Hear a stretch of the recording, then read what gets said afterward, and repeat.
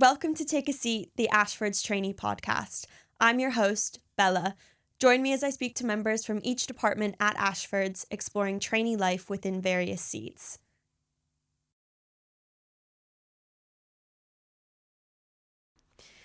Welcome back to another episode of Take a Seat. Today I'm joined by a very special guest, my boss.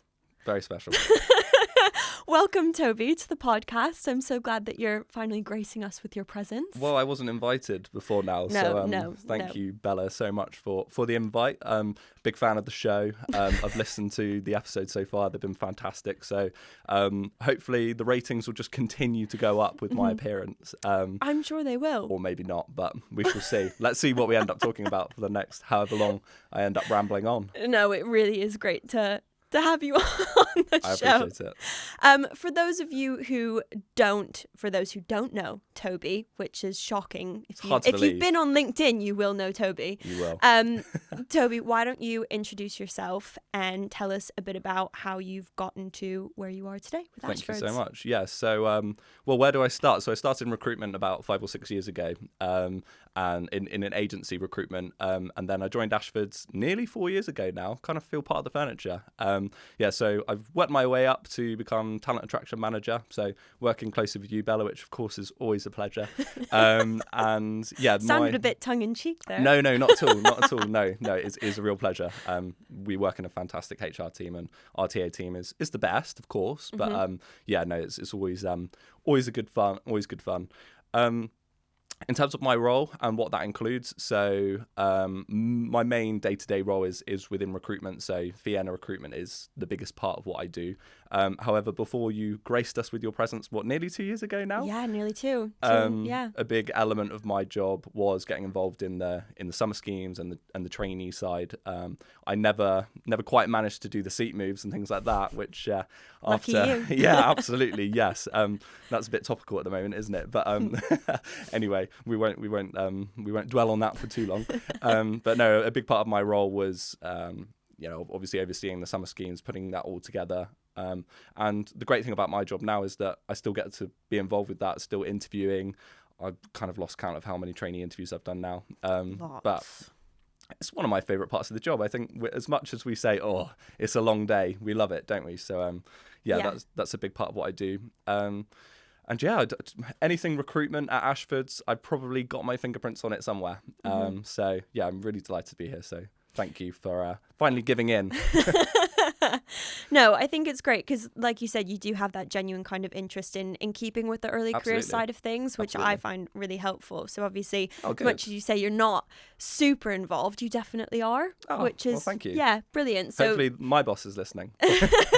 You'll be able to provide some really good insight as well. And obviously being with Ashfords for the last 4 years too, kind of seeing how we've progressed since then. Oh, really. We've progressed a lot. Progressed a lot. Yeah, absolutely.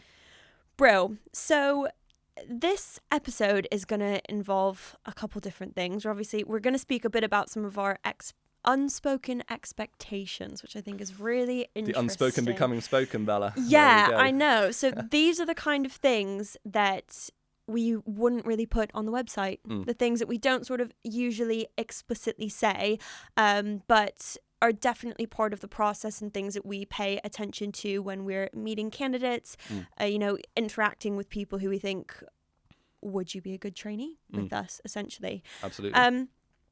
So what do you think applicants would benefit from knowing that we don't usually spell out within the recruitment process? God, that's a big question, isn't it? It's a big question. I think there's so many areas we can go with this, and this is why I think this is going to be a great episode, because obviously having watched the previous ones, I'm not doubting your knowledge of real estate or commercial litigation or anything like that. You should. Obviously you can't comment as much, whereas with this, I think it's going to be really good to get your opinions too. So I'm going to kind of barge my way in and be a de facto host as well, if you don't mind at times, and throw the questions back at you. Co-host. Yes. Don't cause a dynamic duo for nothing.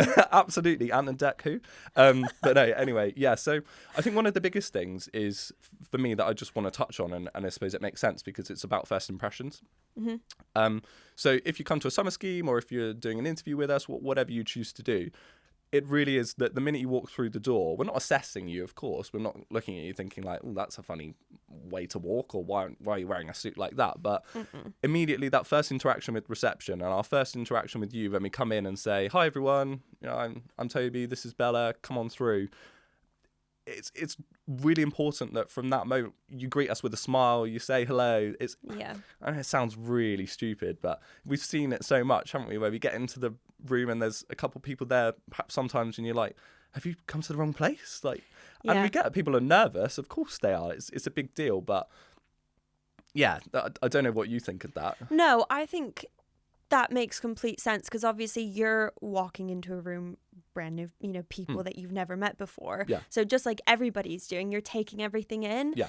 And I think some of the positive bits that I really notice, like if I'm stood up there doing a presentation and doing that kind of like initial welcome, if I make eye contact with you when we're speaking and you kind of like are showing active signs that you're engaged and you're not just kind of sat there thinking like, when's the partner going to show up? Like, oh, Absolutely. Do I really need to know about this?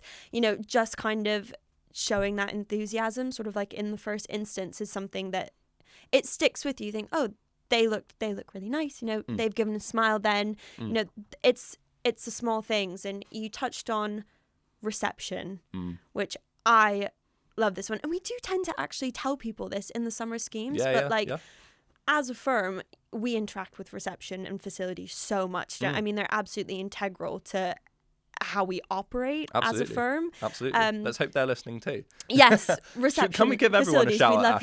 We're a great firm. Everyone's great. There we go. We've covered off all bases now. Yeah. But obviously we interact and we sort of speak. So I think it's nice to know as well if someone's made an impression with them of being, really kind or going out of their way in some way, that gets back to us. And that's something that it's always so nice when we have kind of like positive comments from people who are in the firm, might not be directly involved in the recruitment process, but are still very much involved in those interactions. So I always say, when you come in, greet reception like you're greeting a partner. Absolutely. Well, it's the one firm approach, isn't it? One of the biggest things we always say when we're going to law fairs and we're speaking to prospective trainees and students is we're very non-hierarchical. Yes. So you've got to put that into play. As soon as you get to the firm, you have to treat everyone, like you say, in the same way, be it the managing partner who you might see, or someone behind reception, or someone from HR or marketing, or whoever it is, because you will see all these people throughout the week. So just treating everyone with respect, it's a big deal. Definitely. And taking care of the spaces that we're in, which I think obviously is in relation to reception too, because they put such an effort in to make sure that there's tea and coffee out, and that everyone's sort of well taken care of, having that mutual respect. It's the person who, I pay attention to these things. If you've had a cup of coffee and then, what you do with the wrapper of your sugar and like that kind of stuff. And, do you take it back up to the cart or do you leave it? And I think obviously that's not going to be make or break for a training contract, but it is those small things that you do. It makes you think more positively about a person, because you think, oh, they're respectful, they're taking care of the things around them. They have that sort of care. You say it's not make or break, but and I know it sounds really ridiculous, but we get so many really strong candidates that if it comes down to two people who've scored really well and one person's treated the firm and people with more respect than someone else, we're going to go for them. It's that simple, really. And I think, like we say, this is such an important point because it's never something that we'd tell people, and it sounds so obvious, but we see it so often where it's not done. Yeah. And it's such a simple win straight away, or it's not even a win, it's just a simple way of losing, basically, isn't it? It's just an instant loss. You don't have to do anything but treat people with respect, and that's all we're looking for, really. Absolutely. I mean, we say, like, with our summer schemes, for example, it's essentially a week-long interview. You're going to interact with so many people throughout that week and be in so many kind of different situations. I think it is really important to not let the small things slide, because naturally your brain is obviously going to be pulled into like a million different directions. Absolutely, But I think those small manners are the things that you can really sort of hold on to. I even think back, like, we were in one of our meeting rooms and like having to move tables and chairs around, and I was going about moving all of them, trying to get it set up, and there one person who came up and said, "Oh, can I give you a hand? Can I help?" And it was like, that's just that recognition that like, okay, something's happening. How can I be of assistance? How can I sort of help and get involved and not just sort of sit there? Yeah. Which is something that is actually a trait that we're looking for when you're in your training contract too. Absolutely. Not just sitting there while people are doing things around you, but sort of that extra, oh, can I be of help here? What can I do? Absolutely. So I think it does sort of come full circle in a way. For sure. Other things that we wouldn't usually spell out. What if we think about applications? Because I know that that's obviously something that's coming up really, really soon. Yes. I'm not sure when this episode will actually go out by the means, but applications may have closed by then. They may have I'm closed hoping by then. not. I'm hoping not, yeah, because this would probably be quite relevant for people writing their application. But yeah, if they're not, then it's useful for future, obviously. Yeah, definitely. Application-wise, I'm not going to bore the listeners and watchers with the driving test analogy again. Or should I? Should I go down the driving test? I don't know if people might not have heard my driving test analogy before. So, look, no one in the world is perfect, right? But I genuinely mean this, that I think your training contract application has to be. Yeah. There's just no excuse for spelling the firm's name wrong or calling us something else. I'm not going to name check other firms, but there's one we get called quite a lot, which is quite frustrating. Very similar to Ashfords. I think you can figure it out. Yeah, it is similar, but so different at the same time. Yes. I meant name-wise, not firm-wise. Yes, no, yeah, absolutely. We're far superior. But yeah, so how I use my driving test analogy. When you sit in that car and you're having a driving test, the examiner next to you isn't looking to pass you, basically. I know it sounds really horrible because we're not looking through your application waiting desperately for you to make a mistake, like it does feel like when you're in a car with an examiner. It's every single little thing is like, it's just waiting, like, please hit the curb. We're not waiting for you to spell Ashford's name wrong or, call us something else or whatever that looks like. But if you're not perfect, someone else is. We only have so many spaces and we have 10 times the applications at least. Well, 20 times last year, in fact. So it's really, it sounds like really obvious advice, but I think sometimes it's so obvious that it's maybe not spelled out enough, that you just got to read through it again and get someone else to read it. Get someone who's got no interest in law at all, who wouldn't really even know what a training contract was or what for, to read it just to make sure it makes sense, because and that you're not, spelling something wrong or whatever that looks like, really, just to really, like I say, it's such an easy way to slip up at the application stage. It's attention to detail, isn't it? It is. Which is so important if you're going to be a lawyer, absolutely, solicitor. So absolutely, that it automatically plants that seed of doubt that makes you think, if you've not taken the time to go through this application, which means so much, with a fine-tooth comb, absolutely, then it puts that seed of doubt that if you were to come and potentially train with us, that maybe your attention to detail skills aren't that good. So we can't it's exactly like you say. It's looking for reasons to move the application into the no pile rather than pulling it forward. Yeah, absolutely. Which I think something else I would say. Sorry, I didn't mean to interrupt. No. I think something else I would say is about showing a bit of personality in your application. I think people have this idea that law firm, quite snooty, got to be maybe something you're not. We're not looking for robots. We're not looking for the same person again and again, the same university graduate from the same kind of top 10 red brick uni with the same straight A stars. There's actually a question we ask, and I don't know if you read this in the same way as I do, where basically ask people, tell us about yourself.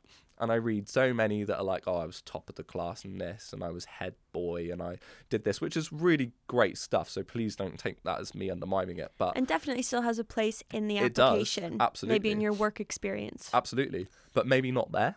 Or it could be there along with other things. So what I really value is what makes people tick. So tell us, if you're grade 7 in piano, or you've got you love surfing at the weekend, or you play a sport, or whatever that looks like. I think that's a good place to talk about it, because there's so much more to Ashfords than just 9 to 5:15 doing the job. There's so much more that comes with it that we want to know about, and I quite like that from my perspective as well, that I try as much as I can to try and remember things about people, so that when they join, I can talk to them about it and say, I noticed from your application that you surf, that's cool, or you support Chelsea, of course, who doesn't, that kind of thing. I should say that's not why my voice is a bit sore today. I wasn't just shouting at the football last night. Sure.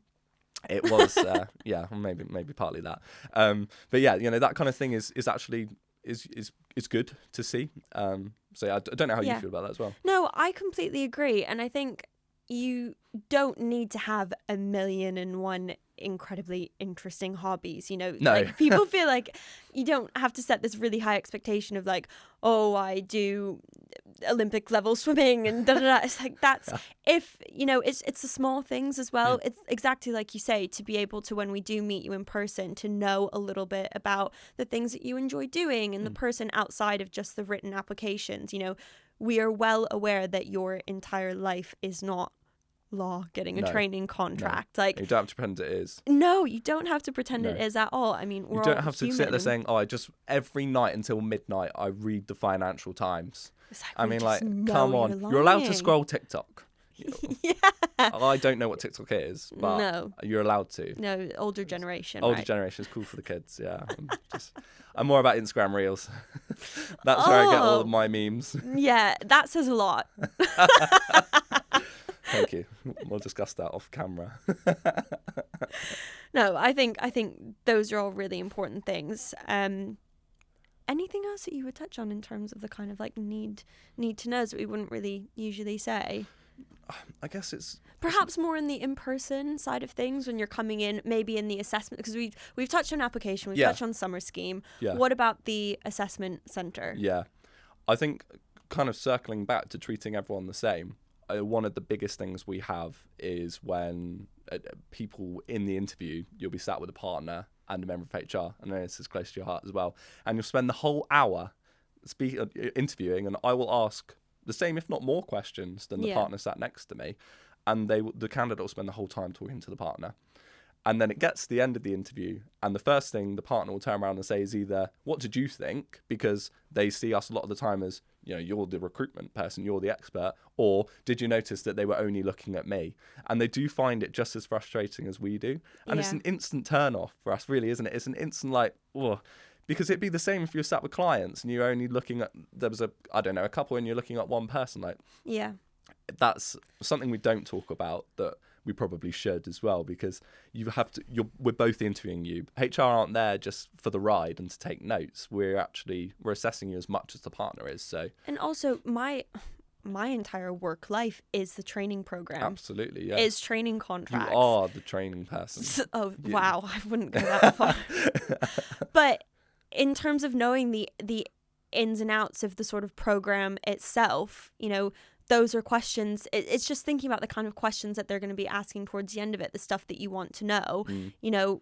If you are in that looking for information on the recruitment side of things, just knowing who's best to kind of, we have value too. We do, absolutely. I know I've just made it sound silly then, but I think it really is important to make sure that you're not just asking at the end of your interview, questions to the partner about the work they do, but getting information on our program and what it is that you're potentially signing up, however many years of your life sort of being involved with, the 2 years before you start your training contract to while you're in it, and then however much time, hopefully a long time, you're going to spend with the firm after qualifying. Absolutely. Yeah. So it's good to know what you're getting yourself and into. it's a really good opportunity to sit down basically pretty much one-to-one with yourself or someone like me or whoever else in the team, and actually really get your questions answered.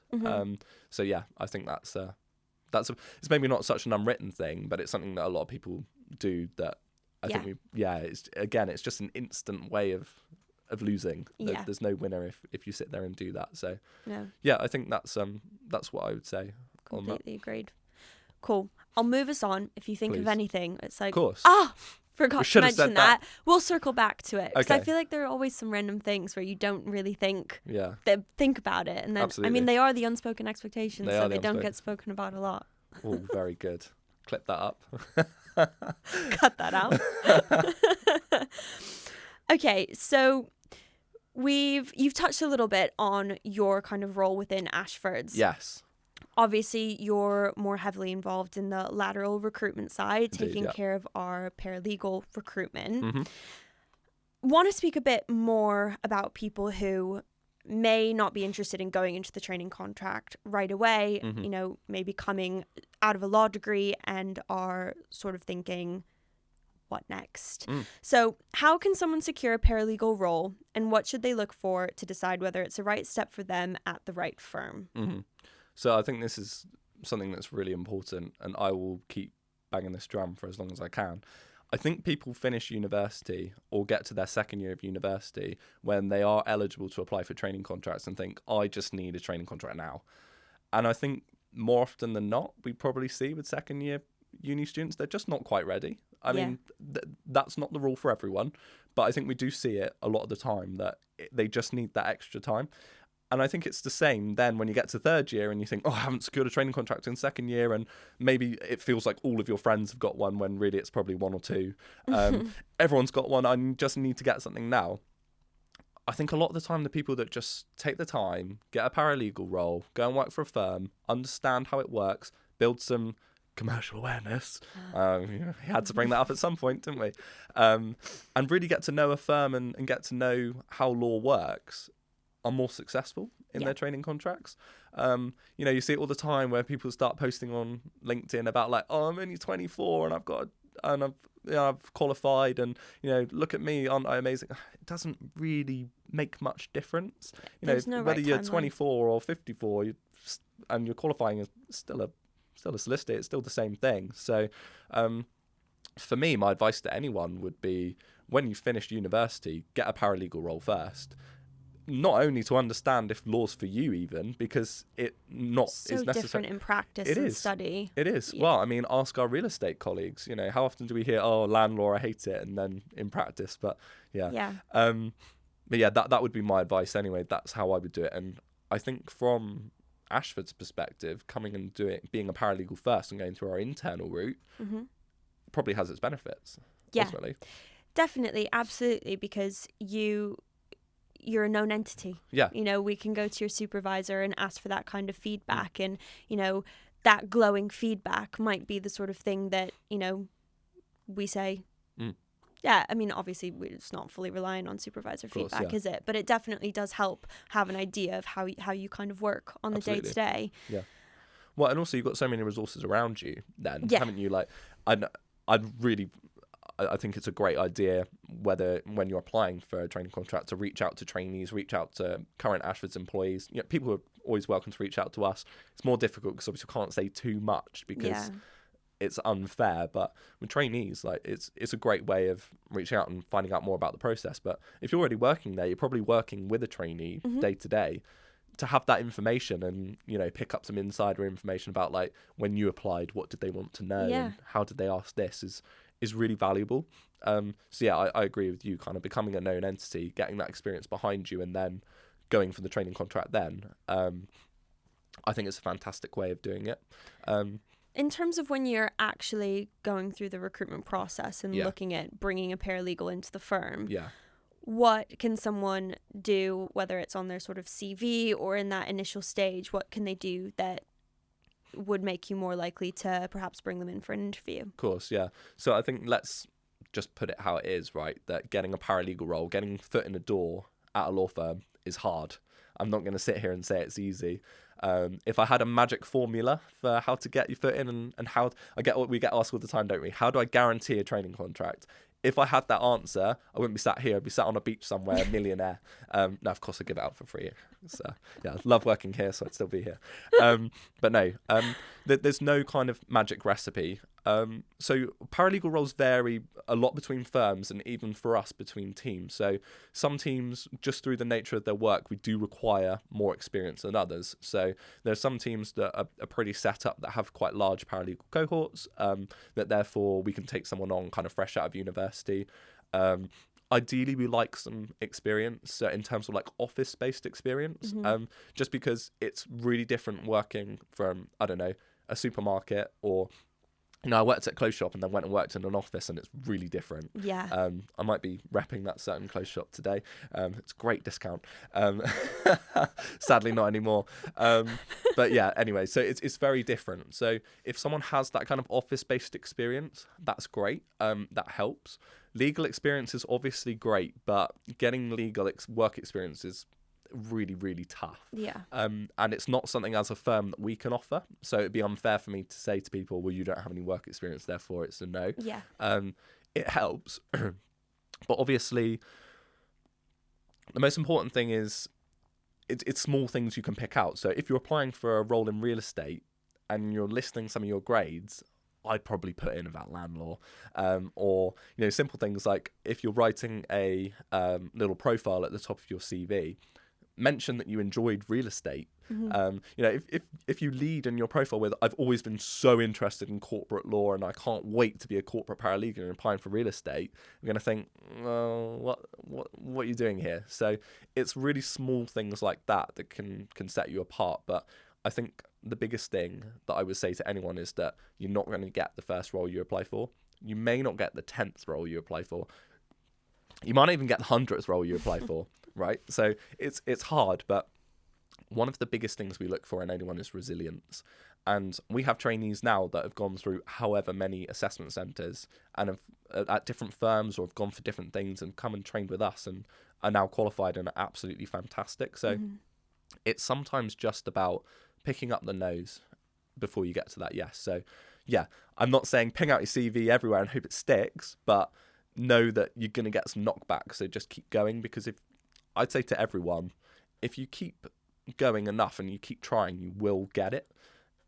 And the thing is that it's the people that don't that will fall by the wayside. So yeah.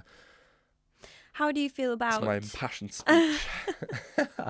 How do you feel about people who have applied for a paralegal role and then get in touch with you?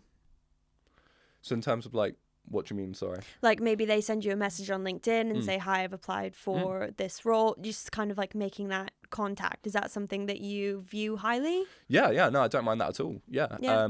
Or if people are thinking about applying and say, is there anything I can do? I don't mind that at all. I suppose it's slightly, like I say, I can't give away too much and I can't tell people what's going to be in the interview. But if they come to me and say, I've seen this role, I'm thinking of applying, on the basis of my experience, is it worthwhile me applying, or is there anything you can tell me about the team or the role? Yeah, I love that. You know me, Bella, I love chatting to anyone. So yeah, and I love a bit of LinkedIn as well. If people are going to be on my profile, just click follow while you're there, then that's all good too. I think actually when I applied for my role, I wasn't sure if I had the kind of correct experience for it. So I remember I reached out to one of my now colleagues in our team and just sort of asked for a phone call and just said, do you think that my experience is, relevant? Absolutely. Would you like to see a CV sort of thing? And I think having that initial conversation was actually sort of really helpful, because then I became a person and not just an application. Yeah, just another application. Yeah. Absolutely. Yeah, and if you looked at your CV out of context, you might have thought, well, actually, that's not quite what we're looking for. But when you have the opportunity to speak to someone and actually understand a bit more about the relevance to the role, then absolutely. And, we write on the end of every single job ad, even if you don't think you have all the skills for this role, please get in touch. That's what made me get in touch. Absolutely. And we write, that's not a throwaway comment. We mean that genuinely. And it happens so often where people come to me and say, I'm really interested in this role. I don't have the right experience. I'm not experienced enough, or this is not my area of expertise. A lot of the time it's, okay, not that one, but have you thought about this? Or actually, the team don't mind that, say, going back to your paralegal example, okay, yeah, sure, you haven't done a, corporate module at university. However, the team don't mind that, and they're just keen for someone that's really eager to get into that area of law. So always worth a message. I mean, what have you got to lose? So as well as being our talent attraction manager at Ashfords, you are also our in-house famous LinkedIn influencer. I wasn't going to bring that up. I was. We couldn't not. Well, I don't like talking about it, Bella. You've got two roles. Yeah, I don't like talking about it, but go on, ask me anything. No, so obviously you work really hard and do a very good job of... Oh, crikey, thank you.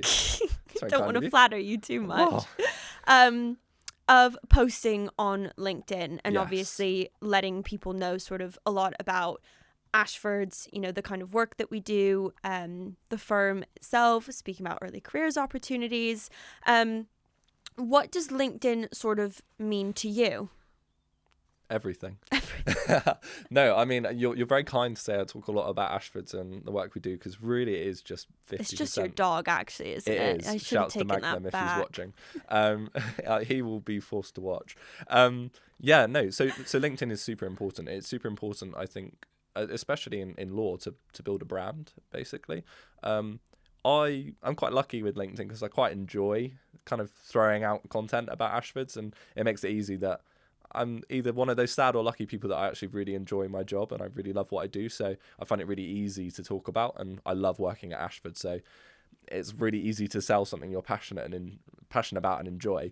But yeah, I think it's a big thing for us in terms of attracting candidates, getting our name out there more, and it's the passive candidates as well, the people that aren't necessarily looking for a job or are quite happy doing what they're doing, seeing about what we're up to. In essence, I suppose the audience can be more interested in what they can do from their side to attract us, I suppose. So I think at the early career stage, you're less posting and more observing. Yeah.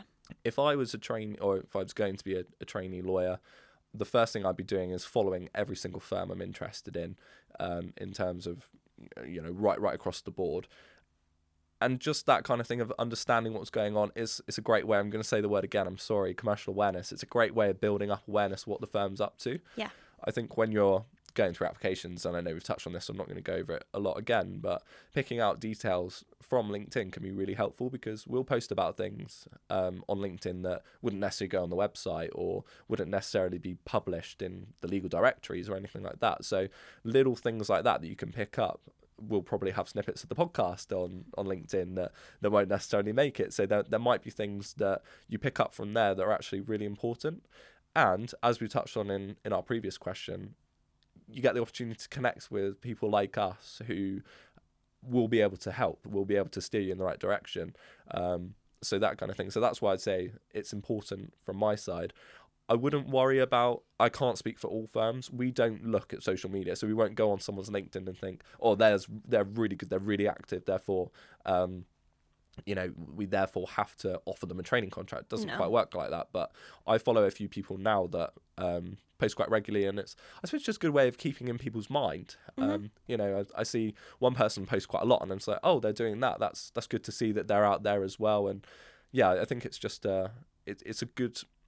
Nothing frustrates me more than when people say, I don't have LinkedIn because I don't understand it.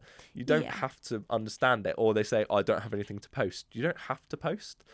LinkedIn, you can get out of it what you want. And I think it's that big thing about following firms you're interested in and picking up little snippets of info that can really help.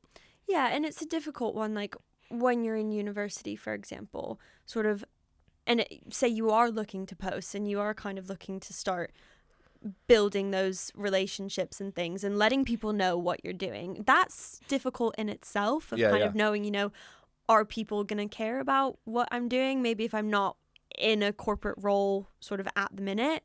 I did like what you said about the fact that we're not going to go onto people's LinkedIns. Like if I get an application, I'm not going to then go search up your name on LinkedIn. No. Absolutely not. So don't want people thinking that that's something that we do. No. But we do pay attention. You know, people have come to summer schemes and, you know, maybe it didn't quite go their way in the first time, but, you know, we're active on LinkedIn and seeing what they're up to. And, you know, it's a way of keeping fresh in the mind. Yeah, absolutely. Yeah, definitely. So, yeah, definitely. It's really important.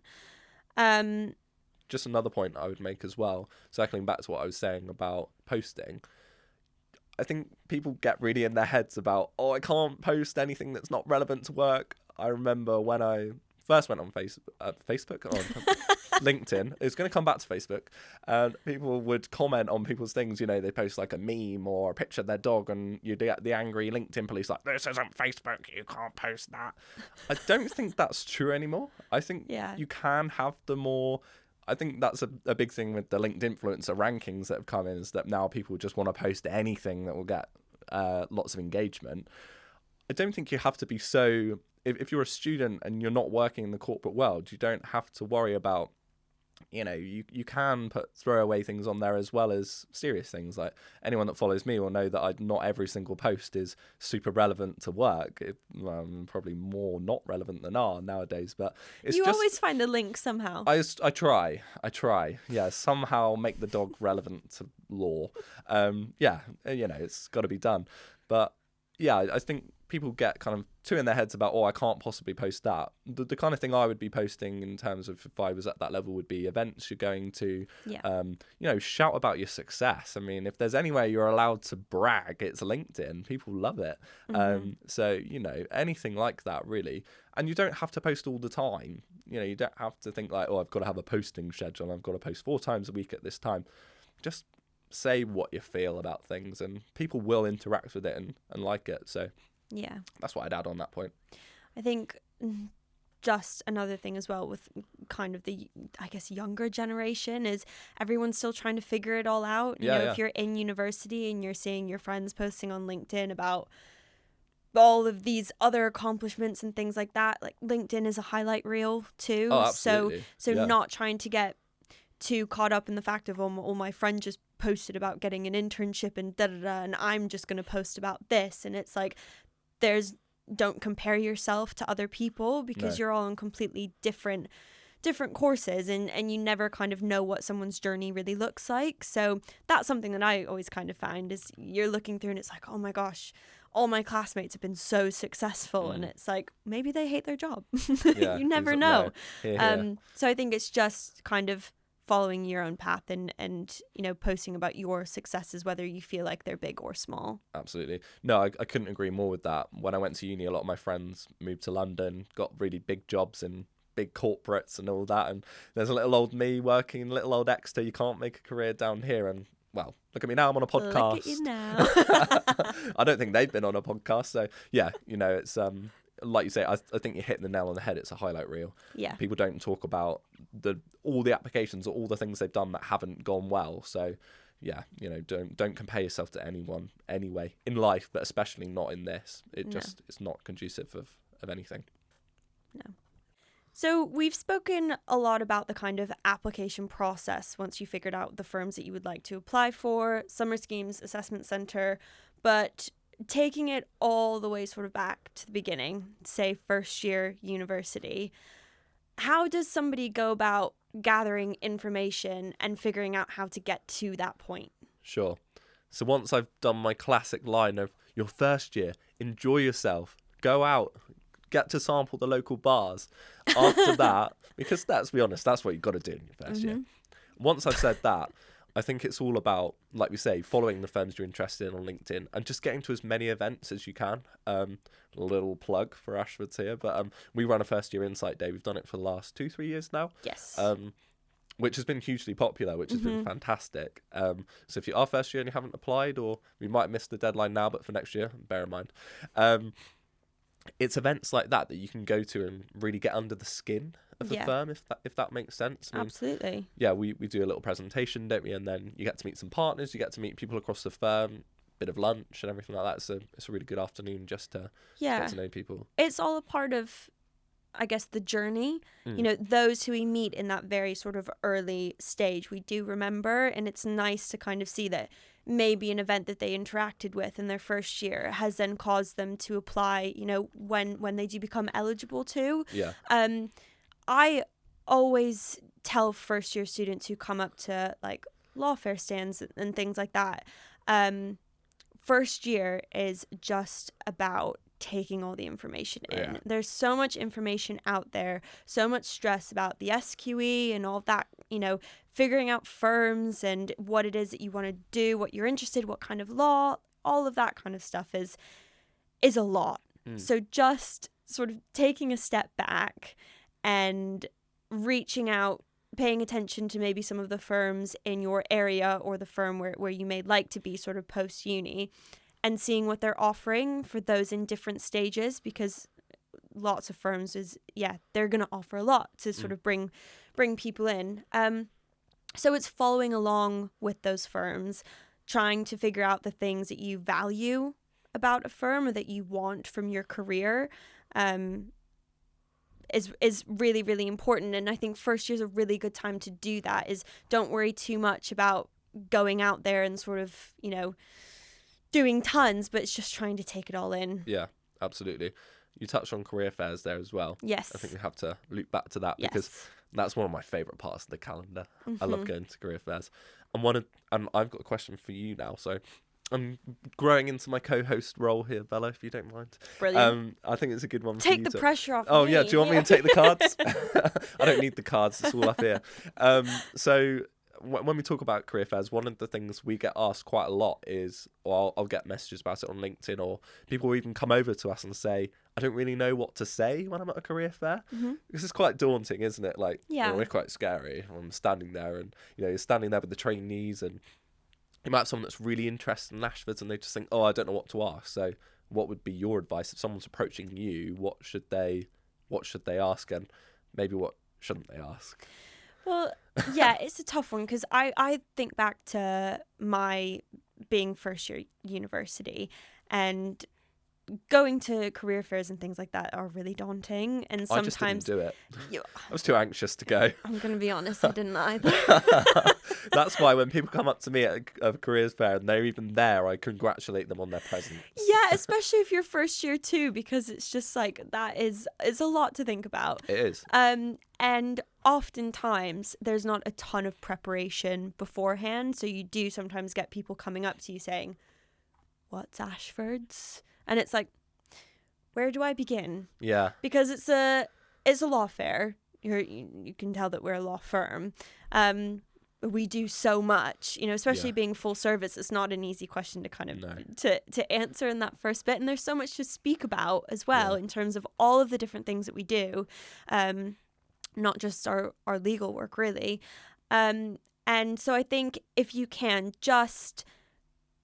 every law fair will put out the different firms that are going to be there. Absolutely, take that hour or two beforehand to just do a little bit of research and really target the firms that you would like to speak to. I do think it's great to go out to different firms and have those conversations then too, because maybe you haven't heard of them or they're not as well known, and maybe a conversation you'll end up applying when you didn't in the first instance. So I think it's not the end of the world if you go up to a stand and say, I don't know anything about you, tell me about you. It's not the end of the world, but I don't think that you're going to come out of that conversation really, getting the most out of it, potentially. No. It's not the best, it's not the conversations that we find the most interesting. No.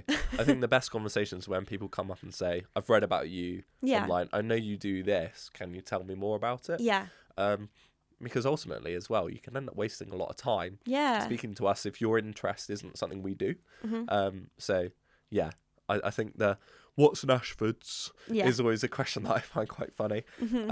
So yeah, just that little bit of prep, maybe 2 or 3 questions you prepared before coming up to us. The things really that you genuinely care about. And, that's going back to that information gathering. What do you want out of a firm? Yeah. Going up to those different firms that maybe you haven't heard of before and saying, well, these are kind of in my criteria of what I'm looking for. Do you align? And then maybe based off of those questions, you can then go and do further research, see if they have events going on and, apply to them, attend them, keep in touch with the people who are at the stand. Get LinkedIn. My LinkedIn hack Absolutely, on my phone, which got it on your phone, you make and fun it's of your me for it background. every year, but I do think it's a great hack. Who's the real LinkedIn influencer between us? I think maybe I'm not far behind you. I think if I just put a bit more effort in. When we get to the law fairs, it's just like, wanna scan be- my QR code. Just want to be you. Oh, wow. It's not the first time I've heard that. No, but we are there to make connections. Yeah, absolutely. So it's ask the questions. Can we connect on LinkedIn? How can I stay in touch with the firm? Those are all questions that we really readily have the answers to. And we do speak to a lot of people yes. at these law fairs. We can't remember everyone. No. But we do remember some people. And the best part of it is, you're probably going to touch on this, so I'm stealing your thunder here, is I'm the guest. So I get to take the... I thought you were the co-host. No, I'm the guest now. I'm taking the guest stance. It's the journey, isn't it? So someone coming to us at the law fair that then applies for the first year insight scheme that then comes to a second year summer scheme. That's what we want to see. And with the software that we use as well, if you come and scan our other QR code, we can see step to step that you've interacted with the firm, and that does have a lot of weight. Yeah, it means a lot. Yeah, absolutely, definitely. Yeah. And those are some familiar faces that we see, and we may not remember your name in that first instance, but like we do. And you know, when it comes time to apply, you think back, I can't believe that was 3 years ago that we met at first year insight day, and now they're applying. So it's great to see it. Yeah.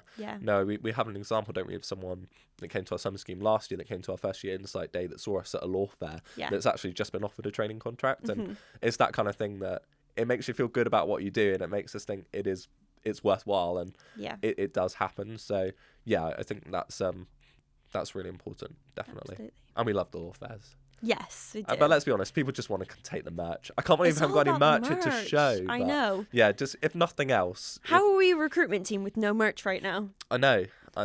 I have another company's merch with me that was on display, and I had to move it out the way. That was just really poor, wasn't it? But you're spilling all of our secrets now. Oh yeah, cut that bit. Cut that bit. Thank you to everybody who submitted questions. We had a lot come through about career changers. So just sort of starting off, I guess, looking at career changers, what would be your best piece of advice for career changers or those who haven't come through the traditional route into law? Well, I would start by saying we love career changers. I think people think like they get a bit worried because if you've had another career, you're coming into law late, is it like, am I too late? Is it not going to suit me? Is it just going to be lots of graduates? It's not the case. I think a lot of the time, well, all the time really, career changers bring so much to the table. And when we're sitting in those interviews and someone's had a career in, I don't know, whatever it is, and they've got so many good examples. So interesting. It's fantastic. It is really interesting. So yeah, I suppose the biggest bit of advice really is just to own that experience. But at the same time, think about how your experience ties into law. So, you know, I don't know, if you've been an astronaut and you've gone up to space, okay, that's really interesting, and I'd love to hear all about your moonwalk and things like that, but how does that tie into law? So it's about, I think that's the important thing about trying to tie it back in all the time, would be what I'd say about and that. Why law now? Yeah. Is a big one as well. Is if you've been doing something for so long, what was that? What was that moment that made you say, oh, I want to go into law now? I think that's something that a question that we always ask as well, isn't it? So overall, it's have confidence in your previous career and the skills that you've picked up. Yeah. Understand how those skills are relevant to law and why law. Absolutely. Yeah. 3 pieces of advice there we go. You. 3 for the price of 1. No idea why astronaut came to mind either. I know. Bit random. Very random. I apologise for that, but there you go. Somebody also asked, keeping to the kind of theme of career changers, have you noticed any patterns between the training seat they've enjoyed most and their previous career or educational background? Yeah, that's a really good question, actually. I suppose it would depend on individuals. So I suppose if someone's coming from a medical background, would they enjoy a seat in that they would do something like that? Yeah.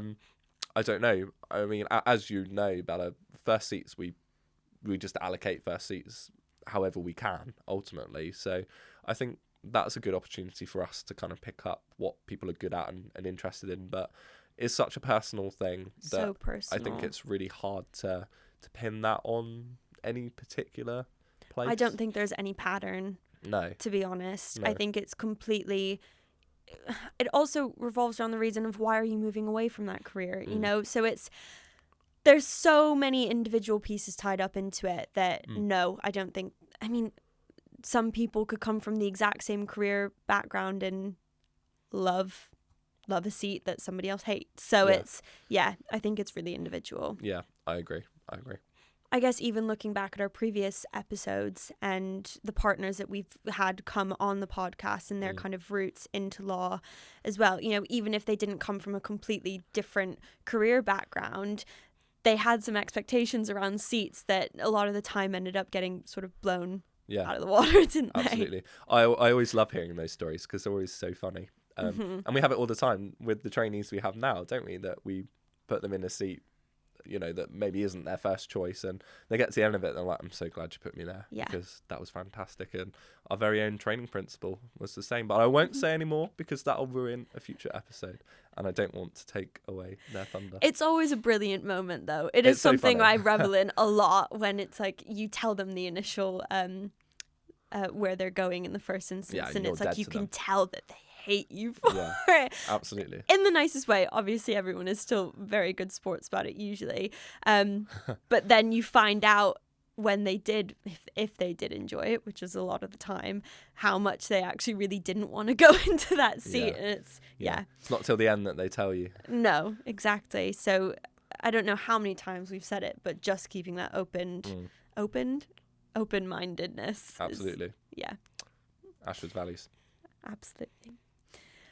Okay, final question from the audience. I know. Final question. I know, I'm sorry. I'm just really getting into this podcast stuff.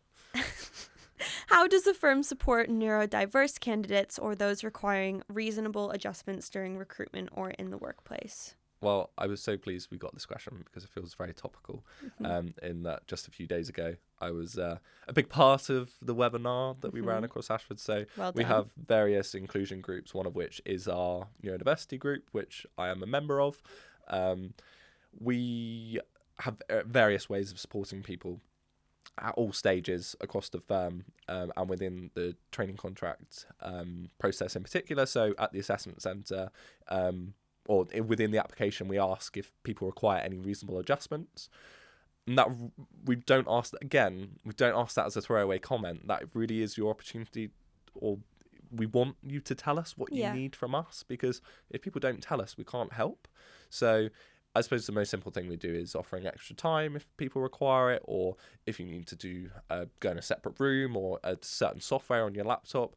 We can't do everything, unfortunately. We don't always have the facilities or the opportunity to do so, but we want you to be the best version of yourself, and if we can do that for you, we absolutely will. So yeah, just mention it in your application and make sure that you're reaching out to us if you don't feel comfortable writing about it, so that we can help. Yeah, we understand that sometimes it can be difficult to disclose certain information, so I think that's why a big part of our job is obviously making sure that people feel comfortable enough to have those conversations, so that we're fully aware of what we can do to best support. So if it's not a case of something that you want to put in that initial application, but you have applied, reach out to us. Or, if you've been accepted onto a summer scheme, maybe on the first day, pull us to one side and, we can have that conversation in person. I will always say the earlier that you can disclose something, the better for both of us, just so that there may be things that you're not potentially, that a candidate isn't aware of, that we can put into place at a certain stage that may be really helpful. Absolutely. So it's just keeping that kind of line of communication really open. And it's always worth asking a question. Always. Yeah. Don't ask, don't get. Okay, we're going to close off the episode here with one sort of final question for you. The final question. Why should trainees choose Ashfords? That's a big question to end on. It is. That is a big question to end on. Well, there's obviously so many reasons. I think the biggest thing I would say about Ashfords, and I'd be really intrigued to get your thoughts on this too, Bella, is not just that we've touched on we're very non-hierarchical and very friendly and all that kind of stuff, but I think trainees with Ashfords genuinely get really high quality work from day one. I'm not suggesting for a second that day one you're going to be, right, there's a client, go and deal with their case, take on their multi-million-pound claim or whatever that looks like. But one thing that you'll never have with Ashfords is you'll never be hidden away from really getting stuck in from day one and getting involved in the real life work. There's a big perception of trainees that I know you've touched on it in previous episodes that I've seen, that they kind of hide away and they make the cups of tea and they do the photocopying. It's just not the case with Ashford. So my big thing I would say is if you want to get into a firm where you're going to be really valued as much as anybody else as a trainee and really get involved in the really high quality stuff from the off, then Ashford's is your place. I don't know really if there's much more I could say about that. And spinning into that as well, that you can have that really good career and have a really strong caseload and become a fantastic lawyer at the top of your game in the Southwest. Yeah. You don't have to do like all my friends did and go to London. You can have all of that in Exeter or Bristol. I think that's fantastic. I'd completely agree. Completely agree. Thank There's you. so much emphasis. There's so much emphasis on the culture, which is brilliant and definitely does need to be sort of shared and praised and spoken about. Absolutely. But at the end of the day, you're coming to do a training contract, and it's about the exposure, the level of work, and why not do it in a brilliant place as well? Absolutely. And you get to work with us. You see us all the time. Exactly. Some friendly faces. And on that note, I'd just like to say a big thank you to everyone. Excuse me. It's still my podcast. Oh, yeah, I'm the Co-host, guest, aren't I? Sorry. remember? Guest. Yes, of course. Yeah, yes. I apologise. On that note, training contract applications close on the 31st of March. In all seriousness, Toby, thank you so much for joining me today. Oh, it's been an absolute pleasure. It's been a real pleasure. Thank you for having me, finally. And see you back at our desk in 30 minutes. Well, about half an hour, yeah. See you there.